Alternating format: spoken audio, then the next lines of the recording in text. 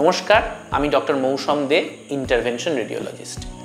আজ আমরা কথা বলবো পেরিফেরাল আর্টেরিয়াল ডিজিজ কাদের হওয়ার সম্ভাবনা বেশি এই ব্যাপারে। তো পেরিফেরাল আর্টেরিয়াল ডিজিজ বা পিএডির ব্যাপারে আমরা আগে আলোচনা করেছি। বেসিকটা হলো যে পায়ে রক্ত ঠিক করে পৌঁছচ্ছে না, তাই জন্য কিছু সিমটমস আসছে। প্রথমত, হাঁটতে গিয়ে পায়ের কাফ মাসেলসে ক্র্যাম্প, আপনাকে বসে পড়তে হলো, আর হাঁটতে পারলেন না। অথবা শুয়ে আছেন, বসে আছেন, দাঁড়ানো অবস্থায়, বসা অবস্থায়, যেখানে আপনি হাঁটছেন না, সেই সময় সিভিয়ার পেন, যেটাকে আমরা ডাক্তারি ভাষায় বলি রেস্ট পেন। অনেক সময় দেখলেন পায়ের নখগুলো হঠাৎ করে ডিসকালার্ড, মানে কালার চেঞ্জ হয়ে যাচ্ছে, পায়ের চামড়ার রং পাল্টে যাচ্ছে এবং অ্যাডভান্স স্টেজে গিয়ে পায়ে একটা আলসার বা ঘায়ের সৃষ্টি হয়, যেটাকে আমরা ডাক্তারি ভাষায় বলি গ্যাংগ্রিন।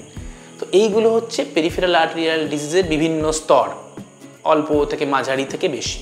তো এগুলো কাদের হওয়ার সম্ভাবনা বেশি? মূলত যারা বয়স্ক মানুষ, 50-এর থেকে বেশি বয়স, তাদের ক্ষেত্রে হওয়ার সম্ভাবনা বেশি।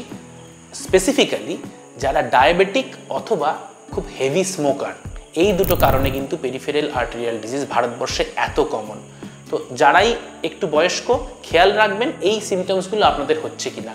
হলে আতঙ্কিত না হয় সঙ্গে সঙ্গে আমাদের মতো ইন্টারভেনশন রেডিওলজিস্টের সঙ্গে যোগাযোগ করুন। ধন্যবাদ।